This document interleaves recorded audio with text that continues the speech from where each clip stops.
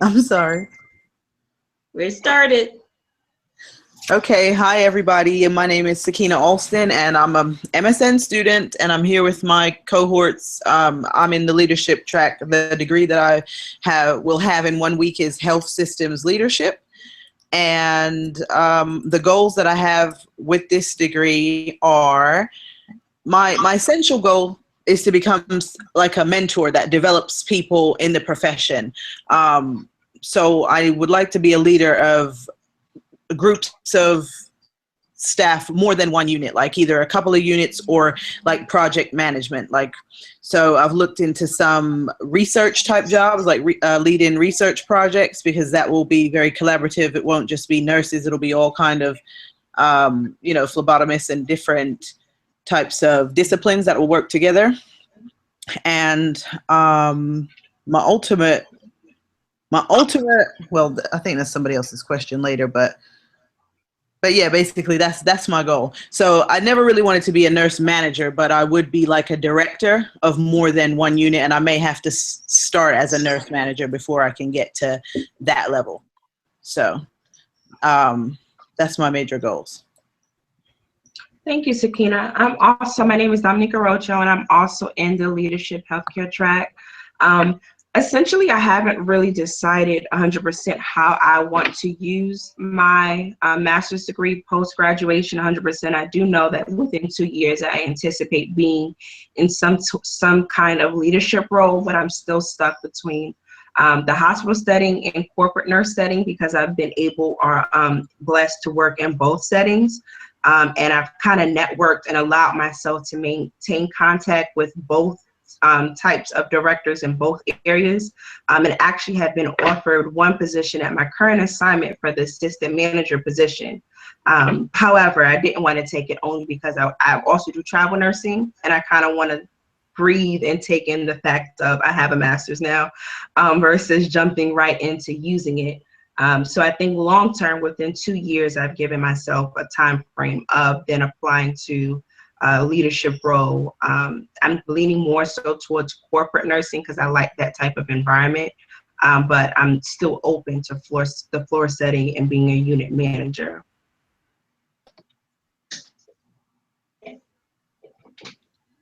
My name is Christina Bullock, and I hope I didn't step on your toes, Dominique. I just want to make sure you were done. It's my turn. Okay. My leadership, I'm not in leadership track, I'm in the education track with Kendra, and ECPI University has really helped me kind of hone that my goal is to be the Dean of Nursing Students at Nash Community College in the next 10 years.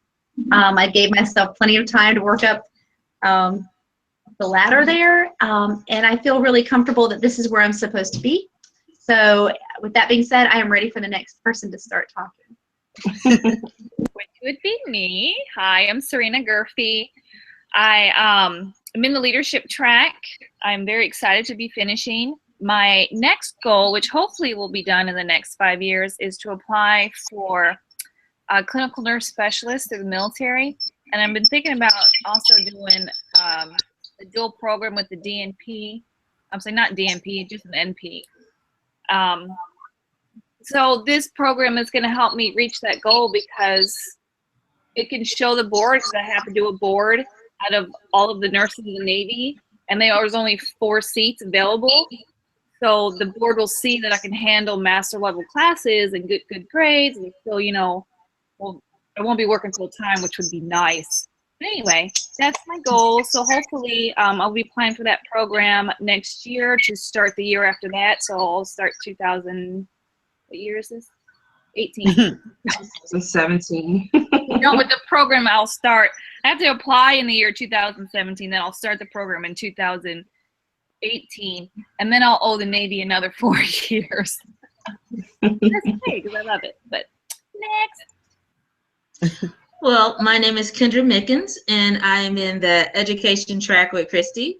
My goals after obtaining this master's degree will be focusing immediate on obtaining certification, And my project focused a lot on simulation, so I'm also interested in obtaining certification in simulation education in particular, and then also will move on into certification eventually in the facilitation of programming and actually running the simulations themselves, since they have two separate simulations.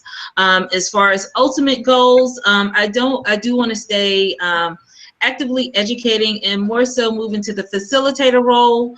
More so, I would be open to doing simulation and being in the role of a simulation educator. And I've had the experience of realizing that can be outside of just the world of education within a nursing program. But again, moving into that educator role within the hospital system, working with simulation for nursing students, residents, practicing nurses, doctors, and looking at maybe how hospital systems are using simulation for risk management as well. I would not be opposed to being in an assistant dean position for a school program, but like the option of still being able to be in the classroom and interact with the students. So my goals are immediately certification, and then growing in the role as an educator, whether that's in a school or outside in a hospital system. Hi, my name is Viola Pierce, and I am in the Master's of Science in Nursing, Leadership Concentration. And my immediate goal is just to stay in my current position. I am the shift supervisor in the emergency department at the facility in which I am, just to take a breather. In about 6 months, I want to then go into a DNP program for leadership. I also, which hopefully I can finish within about 2 years. And then during that time, I want to find some opportunities just within the community of nursing, whether it be in different nursing organizations like the Emergency Nurses Association, for example, to be able to go to each of these conferences and to speak at the conferences, to get my name out there, to let everyone know who I am, so that at the end of the day, I am able to do a whole leadership just almost event on leading the leader. I think a lot of times we're brought from the bedside and we are brought into the leadership arena, but not necessarily, we don't have the tools that are needed in order to lead. And I think that they are the tools that need to be taught. And unfortunately, good nurses don't necessarily make good leaders. And so with that being said, I want them to have the tools in order to become good leaders. And so that is the ultimate goal, is to go around the country and speak on that, and to travel and to get paid to travel and to have a good time. Who doesn't want to get paid to travel? Is it me again? It is. All right, so we're moving into our questions that we have for our cohorts right now. So I'm just gonna, I only wrote 2 questions, one for the leadership group and one for one was for everybody. So I'll ask that question. And that question is that I know that some of you have already been in the leadership role, and during my time at school, everyone that finds out I'm in a master's degree program, they always assume that I'm in an MP program, and I'm not. I'm in the leadership program. And every time I tell them I'm in the leadership program, they say, oh my gosh, I've done that before and I'll never do it again. And then I ask them why. So my question is, for anyone that has already been in a leadership role that would never go back, what is it that was your biggest turnoff? No, for real. And what would you do differently, if you could go back, so that I can prepare myself for what I'm getting into? I don't understand. Repeat one more time. People that I've met, several people that, and I mean several, that have been in the leadership role as a nurse, right? And they tell me they would never, ever go back into it. And so my question for those people is, what was their biggest turnoff and what would they do differently, you know, if they could go back?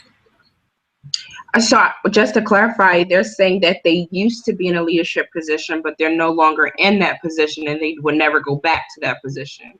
That's right. And so I've just spent all this time educating myself to do this. And I see a lot of the frustrations like staffing and all this kind of stuff. But it doesn't turn me off. And I just don't know if I'm being naive or what it is. So I'm trying to get a better feel of what it was that they didn't like and what they would do differently, you know, if they went back. So have you asked them? I can sort of speak to a little bit of the issues that come along with leadership. I think that you have to have a really, really good balance, and you have to have really good boundaries when it comes to leadership. Have really good boundaries around leadership, and that's when there's a lot of burnout. I mean, it's just like being an emergency department nurse. You know, you have a lot of burnout because you don't have those boundaries. You know, you have to set a time when it's just like if you were the leader of a company, if you were to, yes, but she plays on Shark Tank, and she said that whenever she gets ready to go into her apartment, that she takes her phone and she sets it on the elevator shaft thing, and she leaves it there for the night. So that she has no connection to the outside world, so that she can give herself completely to her children and to her spouse once she gets into her home. And I think that what happens is that a lot of times people don't, they want to give to their subordinates or their colleagues. They want to give them as much as they can, but you really can't give what you don't have. And if you don't put back into yourself, then you can't put it out. And so that's what I think happens to a lot of leaders, is that, and that's the reason why I really have a passion around leadership and teaching leadership, is because, you know, there are times when you just got to say, okay, I can't answer the phone right now. I can't do that. I'm sorry that is going on. But you gotta have a way of stepping away from it. Well, I appreciate your answer. Serena asked, what have I asked these people? And so I will share, because I definitely asked the people what they said. And since there's a few of us in the leadership track, I'll share what they said. Many of them said that you get into this leadership role and you're no longer paid hourly. So then the nurses that are working under you are getting paid way more than you, and they're very, very disgruntled, right? So what I plan to do about that is that when I go on my interviews, I know that I'm not gonna take any shorts, you know what I'm saying? I will ask for top dollar, and I will go with the best one that fits me, because I do know what I'm getting myself into as far as that goes. And then another problem that many, many people said was that you get into these leadership roles where you think you're going to make a difference, and the people above you, they have some really unrealistic and unfair expectations of you, such as they do not want you to treat people fairly. Your people that are most vulnerable, that need you the most, that you want to help, they will expect you to take your nursing skills and cater to people who have money and things like that, while you let the other people continue to suffer. And some people, most nurses, are not going to be able to do that very well, because that's not what they signed up for.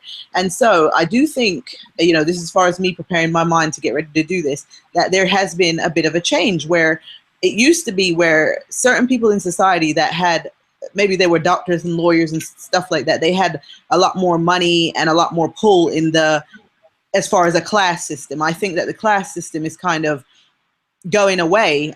There are people that have come from nothing now that are also doctors and lawyers and that kind of thing.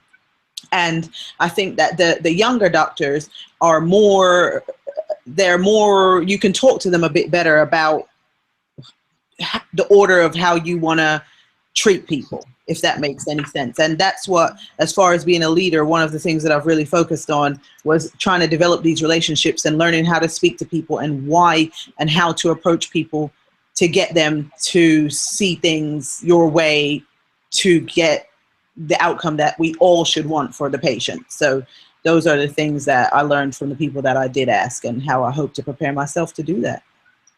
So I think the first, when you said that when you go into the job that you accept none less than what you're going to accept. I mean, I think that is a proper way of, initially going in. Secondly, I think that when you do something, you need to do something that at the end of the day, that whenever you come home, that you can lay your head down and you can say, okay, I did the best that I could. Right. When it comes to the upper management and dealing with your with the people that are below you. I mean, if you can't come home, and if you can't lay your head down and you can't say that it is okay, then it's not something that you should do. And at the end of the day, that is what is right.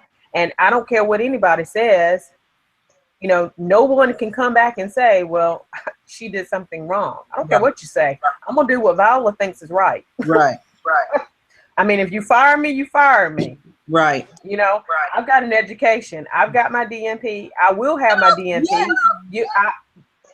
At the end of the day, I'll find another job. Right. I mean, that's just the way I look at it. Yep. See, we don't have that problem in the military.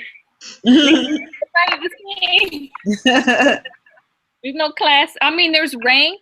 Yeah. So I guess technically there's a class system, but it's not. We don't treat an E1 who is like low man on the totem pole differently from, let's say, an 05. They're going to get the same care. Now, an 05 might get a visit from the CO because that's really high ranking, and that E1 probably won't. Right. Get the same care. And the price is going to be the same because it's going to be free. Yeah, I hear you. Not like that in the real world. No, it's not. I feel really kind of sheltered in my Navy world, which, because I did my practicum at a local hospital, and boy, eye opener. Yep. Yeah, it's a little scary out there in the real world. Very. So next question, right? Or next person? Next person. Okay. Okay, so I'll do my question for the education track. So as future educators, you may find yourselves on the floor with your new nurses. How do you guys anticipate reaching out or working with the floor managers who are probably also going to be MSN prepared? How do you plan to use them to help facilitate and make that learning experience for you and your nurses a little bit more applicable in real life? Because I find that sometimes with the newer nurses, they're completely want to be hands off, when we all know nursing is not that. It's not just sitting there and watching us. It's okay, how are we going to weave you into this process? Because these are people's lives literally that you have in your hands. So kind of just watching them doesn't work, but you can't just throw them in at the same time. Kendra, do you want to go before me, hon? I'll go first. Okay. Well, it's kind of twofold. When we look at the nurse educator from either actually preparing nursing students to go out into the real world, or looking at nurse educator from being a nurse educator on a unit working with new nurses.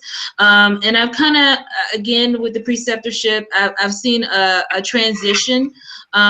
Actually, the hospital that I previously worked for and went through orientation with now has a nurse residency program, which is picking up more speed across the U.S. So I think, as being an educator in the hospital system, working within these nurse residency programs where it's a more focused, more organized program, again, more intensive with we've had mentors, we've had preceptors on the unit, but it's pretty much, just a 1 month orientation or a little bit longer depending on the specialty, just to get you onto the floor, but not really focused on education, which these residency programs focus a lot on the education, really your understanding it past, passing the boards, and moving into what you will see in a kind of decisions you should make based off of what you see, having the uncomfortable conversations with providers.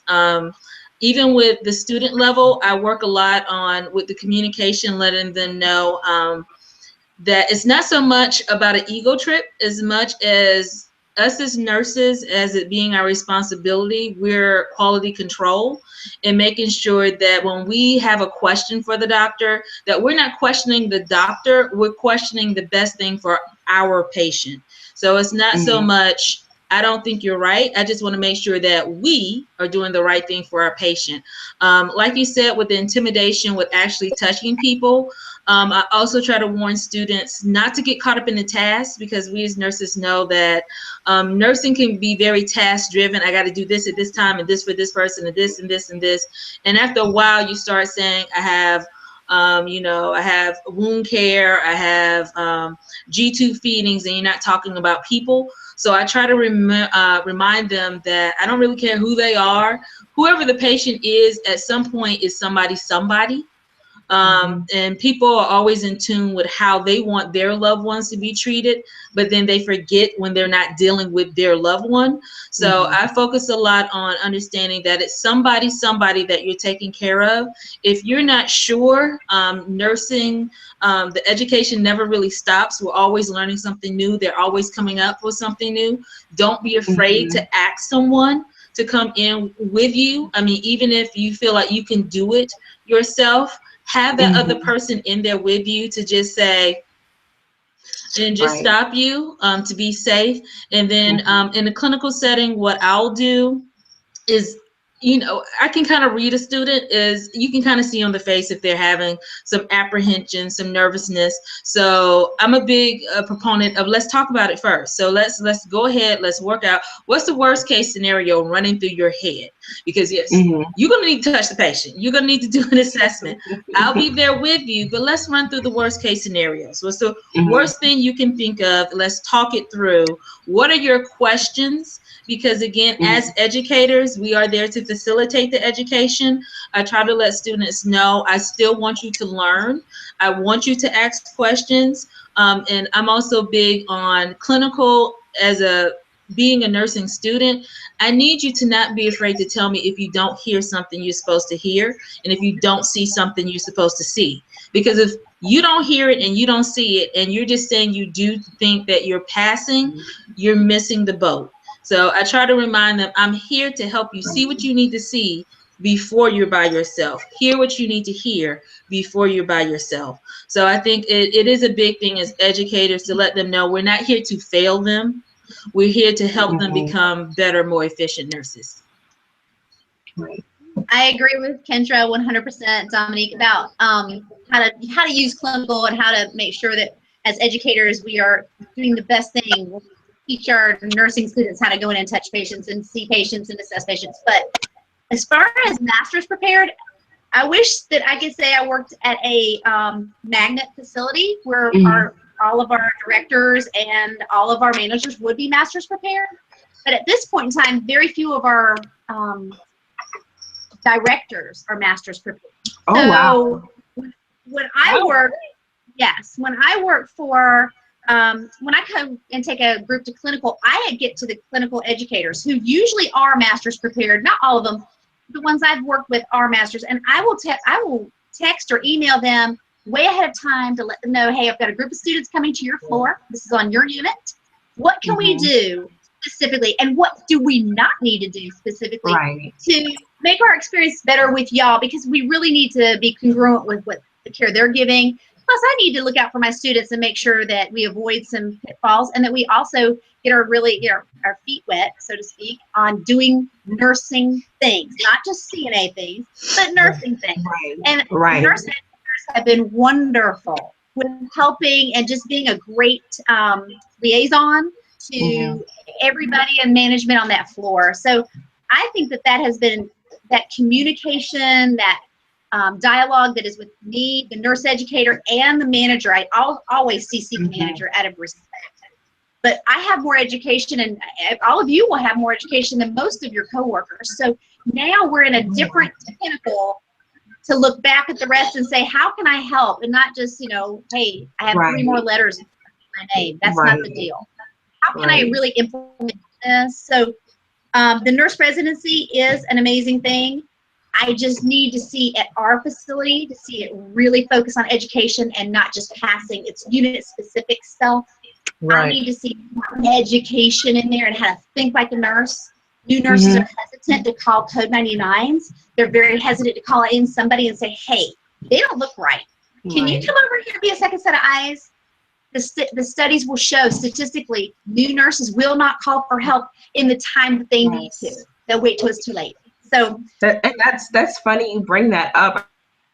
I had to, because my patient, he was just like passed out, and supposedly he wasn't on any medications. And I remember going to get my nurse, one of my nurse mates, and I just sent her in there to assess him because I have my IV drug abuse population at my current hospital. I want to say on any given week, 2 out of 4 or 5 of my patients are IV drug users. Unfortunately, my hospital does not have a do not leave the floor, do not leave the hospital policy. They deem that as imprisonment. Whereas I come from a place of Centera where if you leave the floor, you've considered yourself AMA, and we're done. We're not going to do, because like most of my IV drug users have endocarditis, so they have PICC lines. So it's not really safe to just let them leave the floor. And so I took another nurse in with me, and I went to assess him. I knew he had already done something. I couldn't figure out what he did, but I knew he did something, because when you can sleep through your IV pole going off and us in there touching you and poking you and you're just knocked out. So I sent the other nurse. And so one of the student nurses said, you still have other nurses check behind you? I said, you can bet your bottom dollar. There is nothing. If I have a question about something, I have no qualms with saying, hey, I'm uncomfortable with, or I think it's this, but what do you think? And I just like, you're never going to be at a place of, I know it all. And if you are, then I'm afraid for you as a nurse on any level. And I've been nursing for 7 years, and I still feel like there's so many things that I don't know, versus the new nurses coming in here. Everything to them is, oh, we learned about that. Oh, and it's like, yeah, what you learn and what you see and what you do are 3 different things. And it's really hard to explain that to them without knocking down their confidence. Right. And so I'll often see my manager coming around asking the nurses, you know, how are the schools doing? How are the clinical instructors and the nurses meshing? Because she wants us to have a good relationship, but there still has to be some kind of boundaries. Because I think one of the schools that rotates at my facility, they want their student nurses to be able to go in and give meds by themselves. Not under my license, you can't. And so my manager supported that. Yeah, they feel like because they have a contract with UK, their level 4 nurses should be able to go in the room and give their meds by themselves. So it's really up to the floor manager. I mean, in my mind, it wasn't up to anybody. Because you're under me. If you're assigned to me that day, that's my license.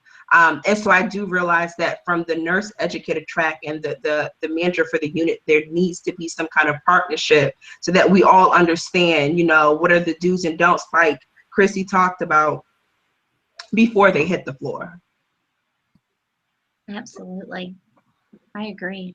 Mm-hmm. Wow. I agree too. So I wanted to hear the answer to that question. I thought it was a good question. Very much so. Dominique, is that all that you wanted to ask at this time for the educators? I'll ask the second one on the next go round. Oh, I see. Well, here's my question. I guess I'm just going to jump right into it. And these are for my leadership cohort. How did your learning contract evolve from when you first wrote it? That was fun. And versus what it became after your practicum hours and after learning all about the subject you chose. So I'm guessing that some of you, like me, had a hard time with that learning contract. Just guessing. Maybe y'all did, maybe y'all aced it. I don't know. But I wanted to pull my hair out. So tell me, how did it change? How did it evolve? And if you're one of those people that it didn't change or evolve, great. Good for you. You're awesome. Toot your horn. No, I had help writing mine, but it didn't change after I wrote it way back when. Okay. So that was about it for mine. Awesome. So the process of mine didn't change from the beginning.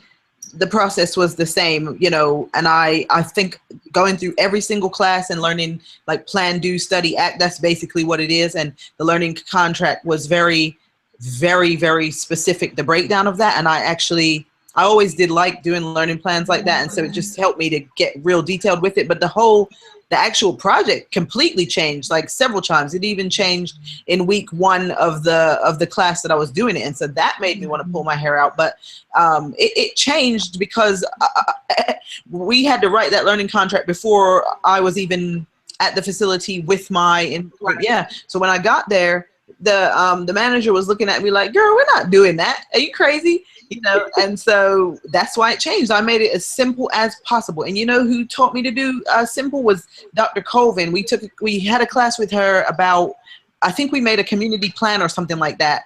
I think you talked about yours recently, Dominique, but in one of the discussion questions. And Dr. Colvin said, whatever project you're going to do, you better make that thing as small as an eyelash. And I'm never going to forget that because it's going to grow on its own. Right. And so that's why my project was scripting, because I found out obviously that I'm going to have to do this thing by myself. Like, you know, I mean, like really by myself. They were like, did you recruit anybody to help you? No, I'm not paying anybody. How am I going to recruit somebody to do anything for me? And so that's what changed about mine. I had to just be not as ambitious, you know, but the process of writing it was the same. Yeah. And I kind of I think so. Oh, sorry.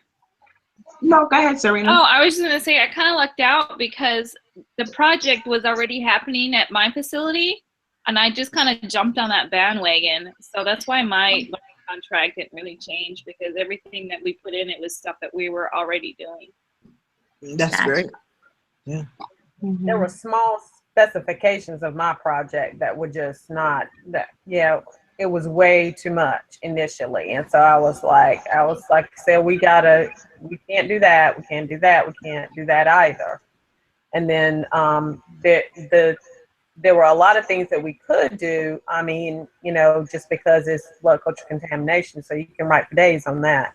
And so it actually turned out to be a really good, I mean, I learned a lot actually, more than I already knew, and I did know a lot already. So it was a pretty good project actually. I think, yeah. But we got our rates down, yay!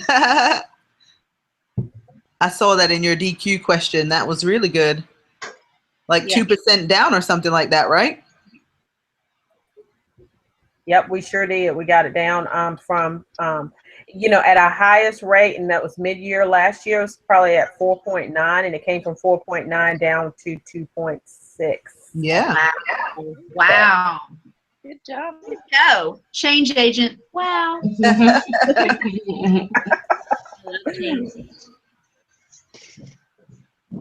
Okay, my question is, what accomplishment in the program are you most proud of? To anybody? This part is making it here. And on this video chat, this is a highlight. I know, right? And I was talking to Dr. Foreman, and she just kept saying, you know, I'm really proud of you guys. And I think when you're in the midst of stuff, the bottom line is we're used to getting it done. You wouldn't be in this program, or you wouldn't have been able to make it this far without your bottom line knowing you have to get it done. So a lot of times when you have to get it done, it's as if it's no feed. It makes no sense to, you know, want a cookie for it, if you will, because it has to get it done, and you're not the only one that has to do 101 things at this very, very second. And so she told me to like really take a second and acknowledge the fact that I did this. No one else did this. No one wrote my papers. And this, especially with this being a new program, we really took a beating as far as not really knowing what was coming next and what was going to change. And whether we liked it or not, you have to roll with the punches. So I just really feel like the biggest accomplishment really is to be able to sit on this video chat and know that we got literally a week and some days left. Yep. If I had any more emotions left, I would cry, but I'm just You know, I do want to say, Dominique, that normally whenever you get on a video chat, you're all serious. You know, I've seen you smile more in this video. Man, listen, and I think for me, because I'm the oldest of my clan here, and I'm used to carrying weight, but I think this last year, I think it really showed me, one, how tough I really am outside of this, because we all have stuff going on outside of this. And it's like, you get, especially as nurses, you have to take care of everyone else before you take care of yourself. And so I just think that I'm finally at a place where I can kind of relax and sit back and say, you know, I conquered this year. So for me, it's really, it's a good year. It's a good moment right now. So it'll be even better on the 3rd. Yeah. That's right. I'll interject real quick. Hands down, the hardest thing I've done was getting everything together for this graduate project. But my biggest accomplishment was with Christy and that curriculum that we created. That and getting through creating truly a BSN curriculum from top to bottom, philosophy, objectives, content, looking for competency statements, and truly creating the curriculum with how many hours should go into each course from freshman to senior. Definitely the biggest accomplishment. Could not have done it without Christy. That up until the project was the hardest thing, and to look at what the project was and to get through that and all the evidence, I kept reminding myself, me and Christy made it through that curriculum, so you can do this. Right. So the project was harder. And every last one of us passed statistics. What? Yes. Hey, that was by the wing and a prayer. That was That was a brutal. wing and a prayer. And we lost some great folks during that class. We did. It hurt my heart. Woo, it hurt my heart, but we made it. Yeah. We, I'm just sitting here reminiscing. That's why I'm so quiet, because like I'm so proud of so many things. I feel like Whitney Houston, like I didn't know my own strength. Like, and I knew I was strong coming in, but I'm telling you, like the amount of things, I think I've had maybe 3 or 4 jobs during this 15 months, right? My oldest child has turned 18 years old, and he, you know, he's not a bad child, but you know, that's scary. I mean, it's just scary. Then you have, I've worked full time. I've had to find new jobs right at the last moment. I became a travel nurse out after working in a home care nursing, went to do travel nursing in a children's emergency room. So like after not doing children's emergency room nursing for like 6 months or so, I had to take like several tests to prove that I could go and be a traveler while doing this master's program, working full time, paying all my bills for my house, and keeping the GPA that I have. Like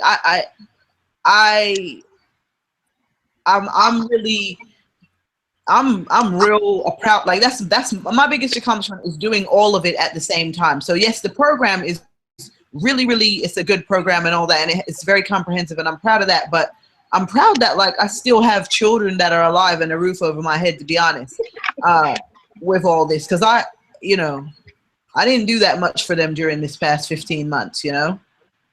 Oh, yeah. I know. My husband said as soon as school's over with, I better start washing some dishes. I said, you're my house husband now, so no. He just retired last month. Yep. So I have a house husband. Yeah. I know that's right. Yeah. So you up, Kendra, I think. All right. Well, I will pose this question. This will kind of be a leadership, actually an education question. So, Chrissy, how shocked were you at how up to date our resources were for the program? Wow. Pretty shocked. I feel like we're pretty kick butt on a technology scale. I think you and me can hang with these youngins that are coming into the workforce. You more than I, because you're much more savvy than I. You know that's true, because I was clueless.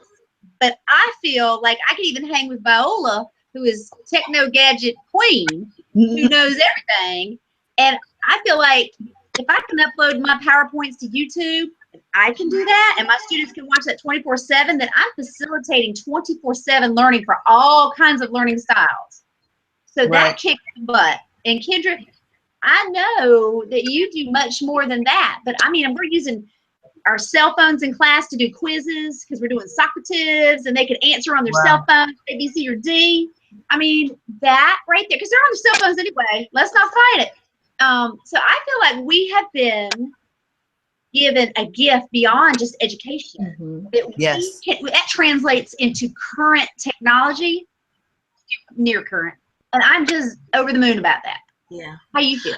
It was interesting when we took the course that talked about being an innovative educator and bringing new things, and the fact that really as an educator you need to be ready to evolve, just like as in nurses. Nothing is to be done the same way, that we really are to assess the group of students in front of us and figure out the best way to address the student in front of us, whether it's generational, cultural, bringing up technological things to connect the generations, because we are a technologically savvy group of people at this point, regardless of the generation that's sitting in front of us. Almost everybody has a cell phone, whether it's a flip phone or a smartphone, it's a cell phone. So I was happy that it challenged us to look for the next best thing to connect to our students and to not just look at the past. And although the theories are very important and are definitely the foundations for a lot of the things that we do, it challenged us to really be innovators or change agents, so that we can improve that clinical reasoning as we move from critical thinking to clinical reasoning, and improving the clinical judgment based off of really being okay to find something new. And it's okay to find something new as long as it actually resonates with our students. So I was shocked that it was not the status quo. It was actually challenging us to be okay stepping out on a limb to change things in order to bring about better education. I agree. Good question, Kendra. Thank you.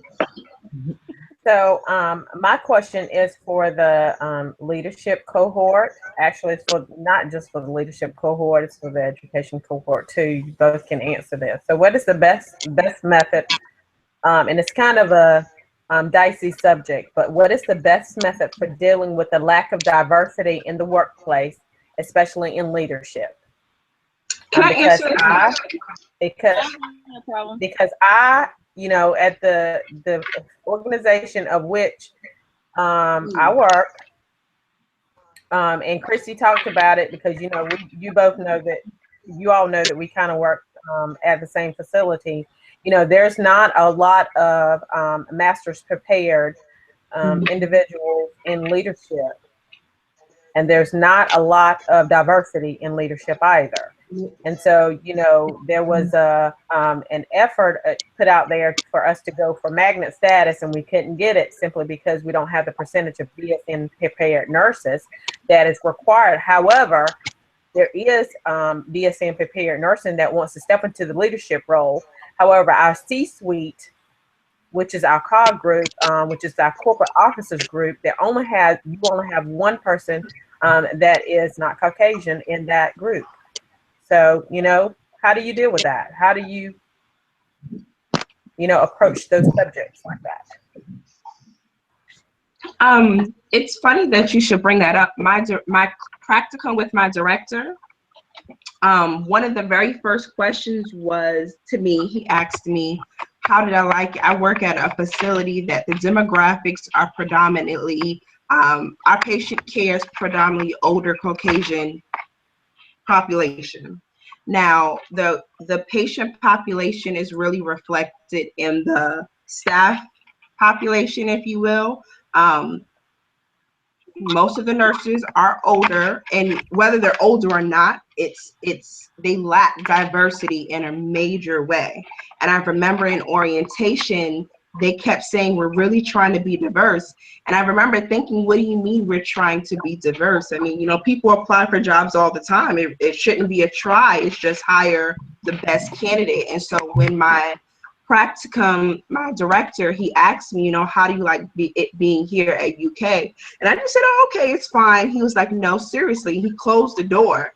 He said, as a young Black female, how do you like it here? And so it kind of took me aback because I wasn't thinking about my race at the time. And so when he said that, I said, well, you know, I obviously stick out. I've had patients identify me by my race. I've had nurses discuss things that have happened in the news and implicated, you know, those people. I've had a nurse address me in that matter, or, you know, some of the nurses will say, I've been nursing longer than you've been alive because of certain things that the manager might have put me in charge of just because of my expertise in certain areas. And so what the hospital has been instituting is something called Unbiased Conscious, a class where right now it's just leadership to and go and identify their own biases and then learn how to communicate to their staff that you have to identify it because it will come across in your patient care and it will come across in your interaction with your coworkers. And my director said, his exact words were, unfortunately, you're young and you're non-white. Those are two strikes against you in the upper levels of nursing.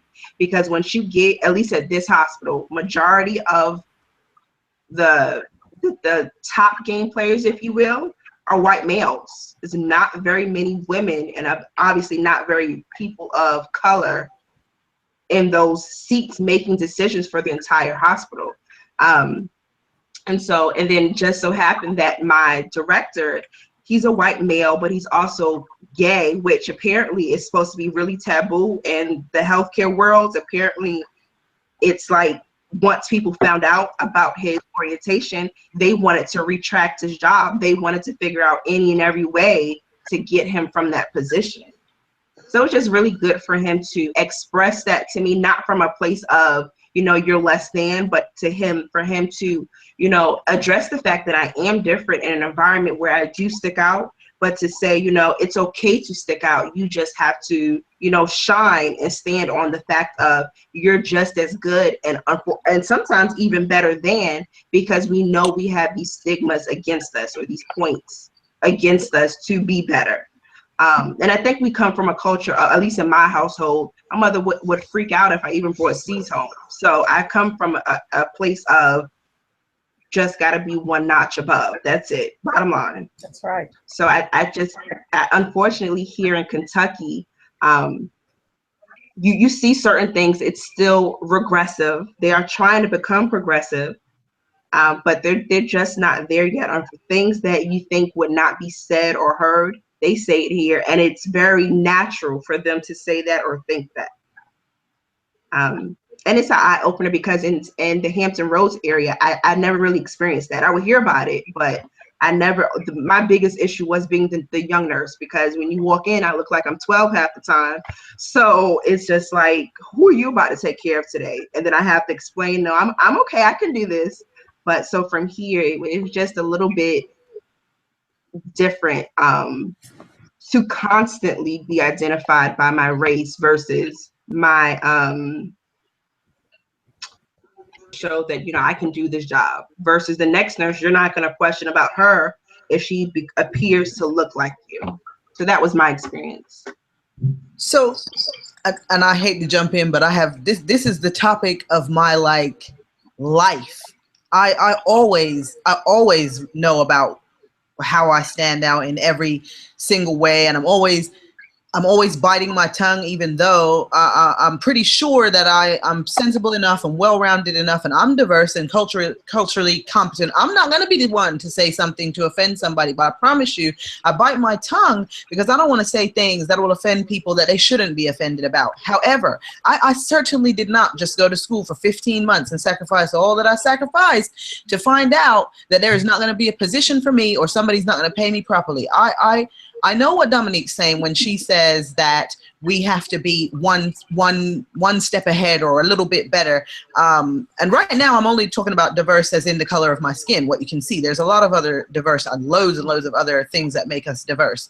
But let's not talk about the elephant in the room, because in my practicum, so the first thing I'll say is that as a younger nurse, and as a, not young as in my age, like a newer nurse, when I was first became a nurse, and also when I didn't have a master's degree, I was very humble, because that's what I was taught, right? I was taught you have to be better and blah, blah, blah, and don't bring home, well, no one said don't bring home any grades, but that's not my thing. I like to get good grades and things like that. But what I'm saying is that it's been my experience that no matter how good you are, just because you're 3 times better than somebody else, that certainly does not mean that they're not going to be your boss. Do you know how many times people don't know what in the world they're doing? They'll ask me a question and run around the corner and then go and tell somebody that what they know, and be directing somebody based on what I said, and all kinds of stuff like that. And I'm not supposed to say a word about it. And then if I frown about it, I'm an angry Black woman, right? And nobody understands all that. I'm not even angry about it because I'm used to it. I'm calling you on nonsense, what you just did. So in my practicum experience, I'm actually at the same hospital that Viola's at and stuff like that. So I grew up in the UK and then in New Jersey. So a different country, which is a whole different situation, and then cities, like bigger cities, so they're more diverse. Okay, but you still, the higher up you go, the less diverse you're gonna see.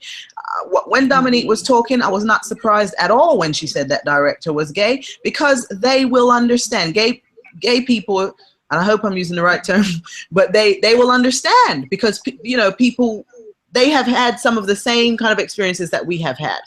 So at the facility where I have my practicum, I'm having a great experience. Of course, every room that I have been in, all these meetings that were before closed door meetings that I figured I probably would be able to understand and provide some good insight, I was never invited to those meetings. This is why I went to school, so I could break down that door to get in. So now I'm in, they're like, oh, you're useful, you have good things to say. Oh yeah, of course I do. And so, but there's nobody else the same color as me, and there's a lot of women. I think there's a lot of women because it's nursing, but I think if we were doing business degrees or something like that, there would not be a lot of women. But my preceptor, the one that I'm with right now, is a 52-year-old white lady, right? And she is a Christian, and she's from this area where the hospital is. It's not a big city or anything like that, and she's in a farming family, like, so nothing what I'm used to, nothing at all. But she is very culturally competent, right? And so what she has done is she runs a few units or whatever, and so she's all over the hospital. She does the morgue, the house supervisors, the peds unit, and the whole women's center, right? And then she's an instructor. Guess what she teaches? She teaches human sexuality or something like that. I'm telling you, she doesn't even look like she has sex. I'm sorry, but but her leadership team, right? She used to have. I'm sorry, but I mean, I'm just saying, right? She used to have one leader under her, like a manager, and the manager was probably in their 40s, I would guess, right? What she's done is, for one, she's a lifelong learner. I do think the more education that people get, the more culturally competent and they understand diversity and things like that. So she is still in school right now for her DMP. I'm like, what are you doing? She was like, yeah, well, I think I might level up, so I'm going back to school or whatever. So what she did was she got rid of the manager under her. That was one person that was probably in their 40s, and she replaced them with a team of shift supervisors, right? So one is an educator. They all are white women. One looks like she might be something else, but anyway, they all kind of look white, but they are in their 30s to 40s, right? So she has a team where they're younger, and they are they probably don't have as much education as she has. So she's going to develop them, right? They're moldable, and then they bring the youth, where she brings the mentorship, and they approach everything as a team, right? She definitely is the main resource, and she is, the main leader, but they bring the youth. I think the only thing might be lacking from her group is I think she needs some younger people who have more education. That's what I think she needs. But as far as what I'm going to do, because I definitely have to do something about it, because if I don't do anything about it, again, there won't be any jobs for me, and I need to make some money. I'm gonna try to position myself where I've noticed that some hospitals have like a diversity, culturally competent kind of team. So they're doing more than just these modules or whatever. I think the modules are absolutely ridiculous. No one reads them and they click through them and that's about it. I think that people, besides education, if they go out and they do, they travel to different areas, they'll learn a lot of different stuff about different people. And just having the conversations, don't be afraid to have the conversations.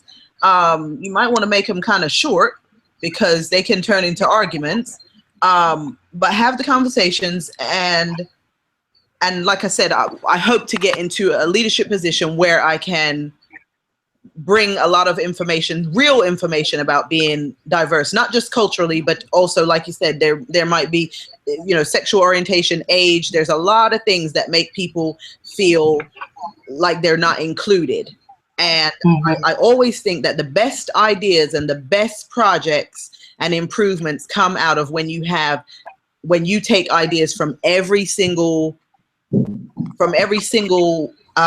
aspect. Some of them are going to be like, my 12-year-old kid right now, he's in a class, and the class is for special needs kids, but he's not a special needs kid, but he's called a peer helper or whatever. So he's 12 years old, but his assignments are like, find a way to teach that child opposites or something like that.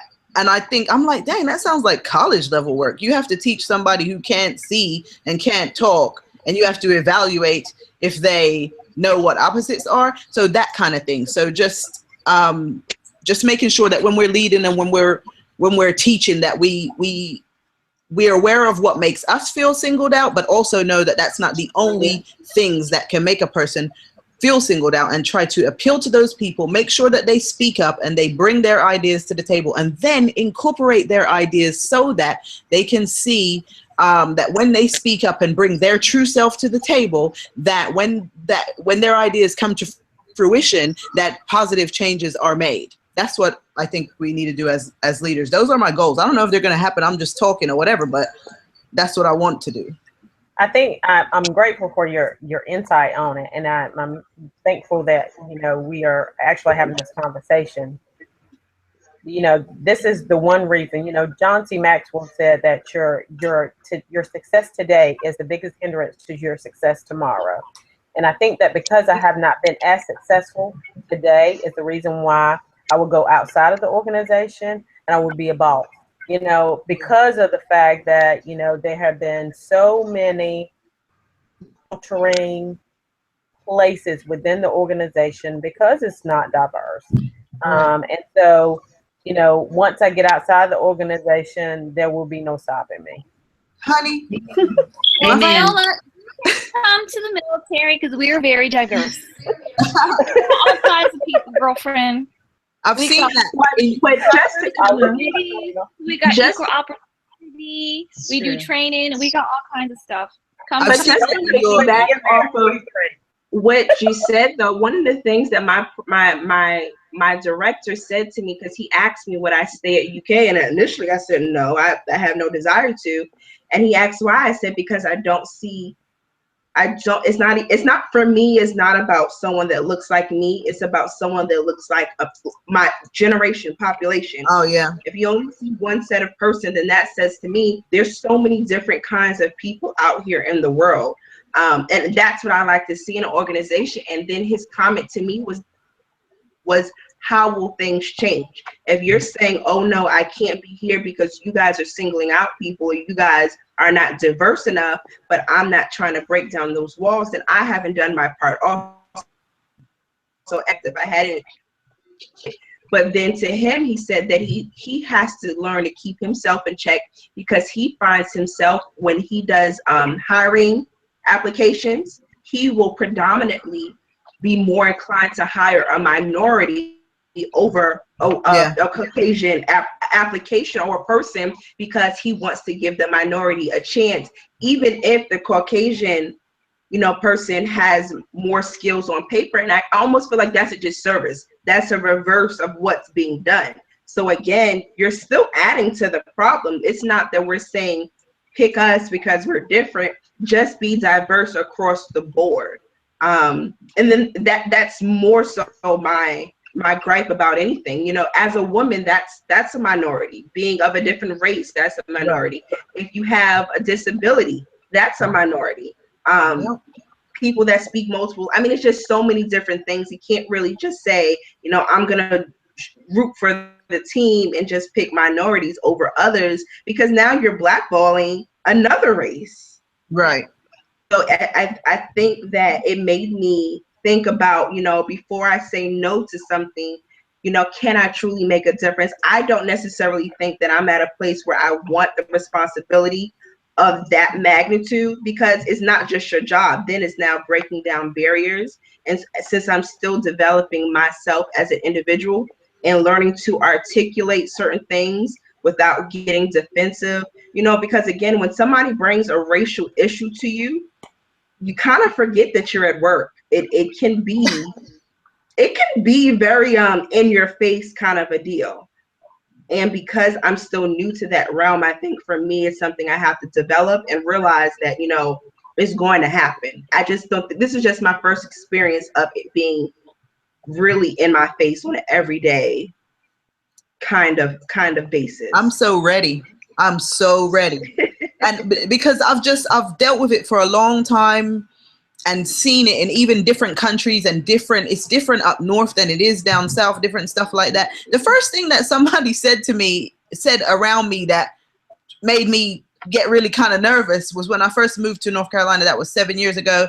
I was standing there and there were a white lady was talking, and there were other new nurses and me, and I was the only black one. And you know, I mean, it's everything. You know, I'm like, am I black? I'm African American, whatever. I'm not born in America, whatever. You know, there's so many things you could get caught up on or whatever, but just being aware and talking about it. But the lady said, she was talking about the patient, and she was talking to all of us, right? And she said, that patient must have lost their cotton picking mind. I almost died. I was like, what in the world? Who says that or whatever? And then, you know, but I didn't say anything to her. And then I realized that, like, okay, you know, that's just something they say. And then I realized that I'm driving around by my house or whatever, and there's like fields and fields and fields and fields of cotton. And the first time I've never seen that in New Jersey or Philadelphia. Do you know, I stopped my car and got out and actually picked some cotton because I just wanted to know what it felt like. And then I felt like I was stealing. I'm just telling you because I have you all here. I have you all here, and they said it was supposed to be like a coffee table discussion, right? So we may never get a chance to have this discussion as candidly, you know, in the near future in our careers, but we're talking to leaders, teachers, and all that. These are the things that might go through somebody's mind or whatever. But like, I understand what Dominique's saying. When I was younger, no way. I would need more time to develop myself, because I might have lost my mind when she said that or whatever. But like, I've just seen a lot now, and my goal is to like try to break it down. I want to do that. That's why I need a high position, because I'm ready to make some changes. I'm serious. It's not because I want to be the boss of anybody or anything like that. I don't want to be the boss of anybody. I want to be in a team where we all can work together. And I really think I've learned this in this program a lot. That's one of the things that I am proud of as well. Like I'll just bring it up, arguing with Dominique, and actually where we're talking right now, I'm really proud of that. That is one of the biggest things that right along with everything else that I said about keeping my family and all that, I don't hold grudges anyway, but that's besides the point. I'm talking about having a situation, then getting into it with somebody, and then now we are at the end and we're working together and we're learning from each other. And I needed to know how to do that before I go into this next position, because I'm going to do it several times. We're going to have crucial conversations, and some of them are going to be about diversity and culture and different stuff like that. And I intend to come out winning, just like how we are right now at the end of this program. I'll tell you this, Dominique, your resume that you did, I just I looked at everybody's resume. I didn't have time to rewrite my resume, so I just used an old resume that I had or whatever, because I knew that even as far as that thing where I don't want to get a C or I was like, I'm not rewriting this resume. I'm handing this one in, and I'm gonna take whatever advice I learned from people, and then I'm gonna fix my resume. And I saw that everybody else's resume was way shorter than mine. You know what I did? I took your template for your resume and put my information in it. If you were to see my resume right now, it would look exactly like yours. However, it's my information, right? It was very helpful. So I showed my husband my resume the other day. It was yesterday actually. And he said, Sakina, that resume is intimidating. He was like, you better not apply for nothing less than this, this, and this. And he is at the manager level of his, like he's executive, whatever, of his profession. And that made me feel good. But I'm telling you that I took your resume, you know what I'm saying, after having crucial conversations with you. And so hopefully that's something I learned in this program, and I can use it to have these other crucial conversations and still come out winning. So that is the name of the game, right, ladies? Yes. I think that really shows the maturity level of this group. We're not at an entry level, obviously, because we're in our grad program, but it really shows the maturity that we have at this point, that we don't hold grudges. We're going to have arguments, we're going to have conflicts. It is what it is. We're not going to agree on everything because we're not the same. However, we need to, at the end of the day, come together and say, we're going to squash this and we're going to go on. And I think that that's very, very important. So thank you, ladies, for being the things that you've done to help me get through this program, because I definitely could not have done it without, calling Christy, calling Kendra, calling, not that I call you as much, but I sure call Sakina and Serena. It was like, Your mic is breaking up. Is that just on my computer, or is everybody hearing a breakup? I hear a little breakup. Okay.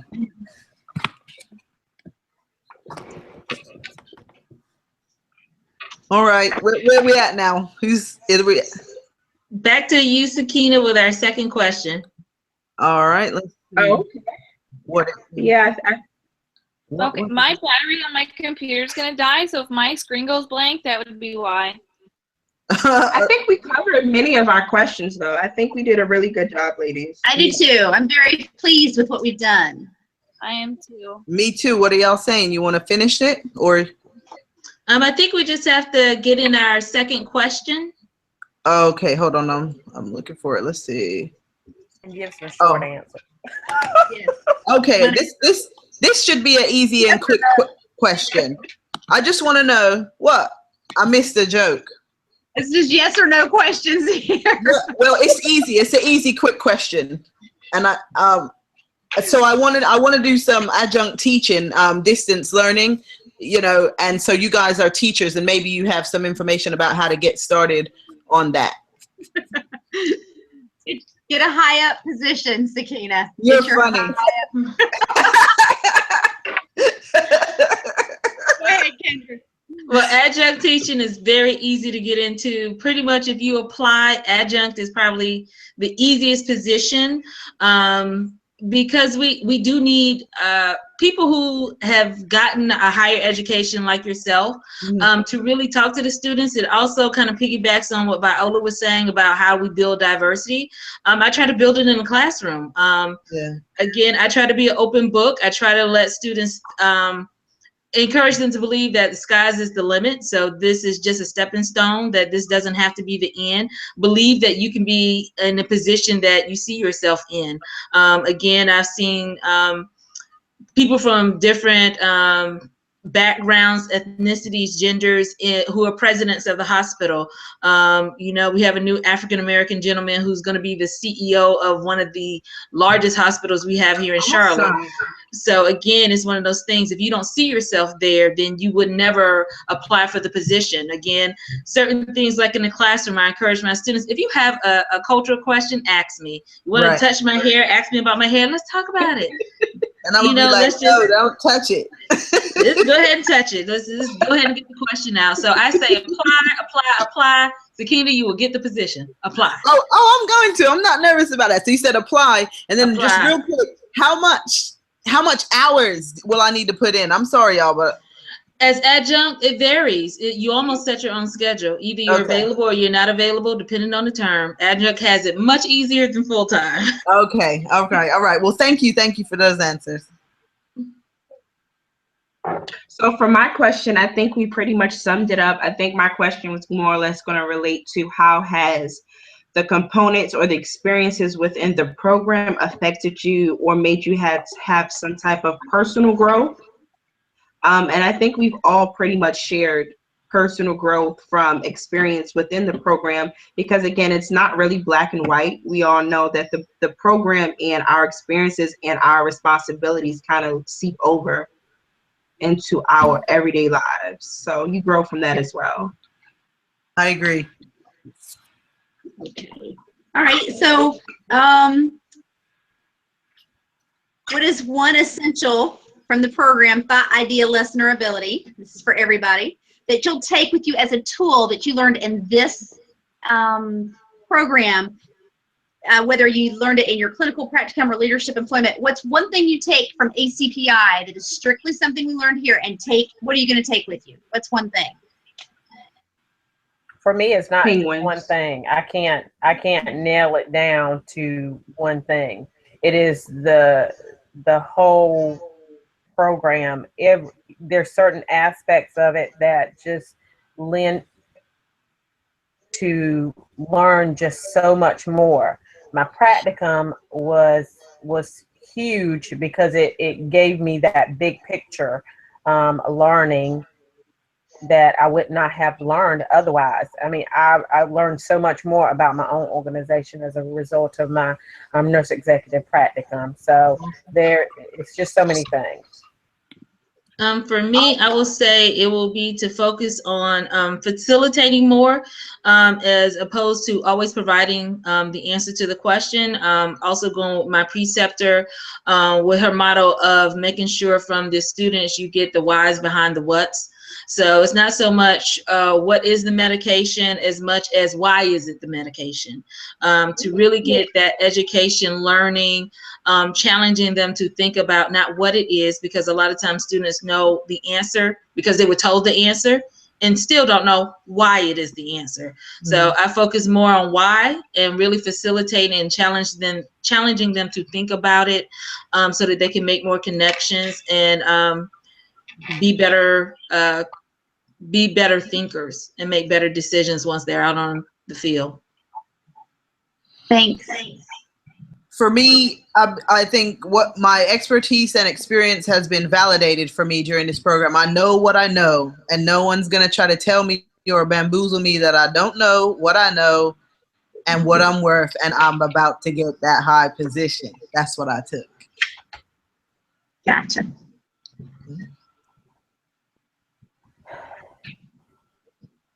Serena? I think the question is yours. Oh, sorry. I lost connection, and then my computer died. So, let's see. My next question was, what's your dream job? My questions are easy. Anybody? Any takers? What's your dream job? Dream job is the cultural diversity leader of nursing practice at a big teaching hospital in a big city. That's it. My dream job is to go around the country and get people to pay me to travel to tell them a little bit something about nurse leadership. I'm telling you, you should join the Navy. Hello, we pay people to travel. Y'all won't let me in at 43. I'm telling you, 44. I'm 44. No, as long as you're, well, no, I guess so, because you have to be commissioned by the time you're 42, but you would come in automatically as an officer, so you should go talk to your recruiter. Yeah, but I don't think they're going to let me in. As long as I ain't got to go through no boot camp, we in a good business. You can have that. No, it's a 5-week vacation in Rhode Island. I don't believe none of that.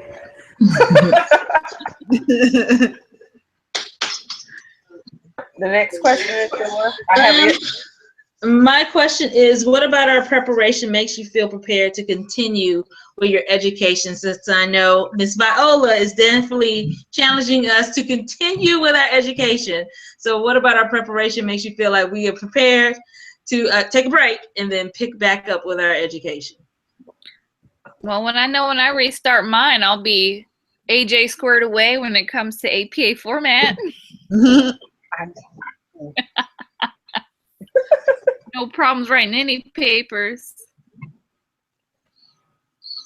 I like learning about all the financial aspects and entrepreneurship and the social media, stuff like that. I think that if I was to go back to school right now, they would be teaching a lot of the same stuff. I think it will be better for me to, if I do leadership, to take a break, because then they're just going to teach the updated stuff, updated financial entrepreneurship stuff.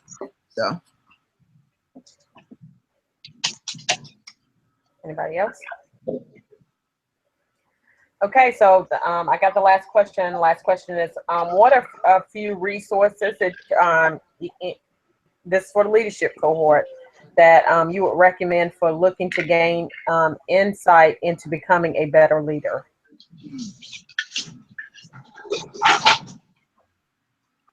Resources.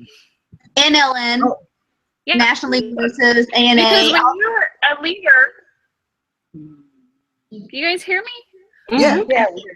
Oh, okay. No, I was gonna say Facebook because especially when it comes to staffing and they call out and you see on Facebook that they're doing somewhere they're not supposed to be, you hold them responsible and they can make up that shift. I know that's right. That is a Facebook. good resource. I'm talking about how to become a better leader, not how to call them out. They call out. So funny. No, but you can hold them responsible and make them make up the shift that they called out on. Remember, the military is very different than the real world. So I hear have that what idea from Karina- clinical. But Well, yeah, I've been asking. I hear you, and I'm gonna use it. I've been asking people that question, what they have done, and they've recommended books. One book was The Servant Leader, and one was Crucial Conversations. I think there's another one called Crucial Situations. I love to read, so I'm going to read a lot of those books and see what's in them.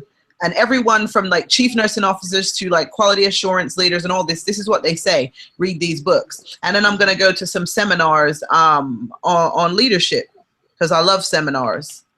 So that's what I'm going to do.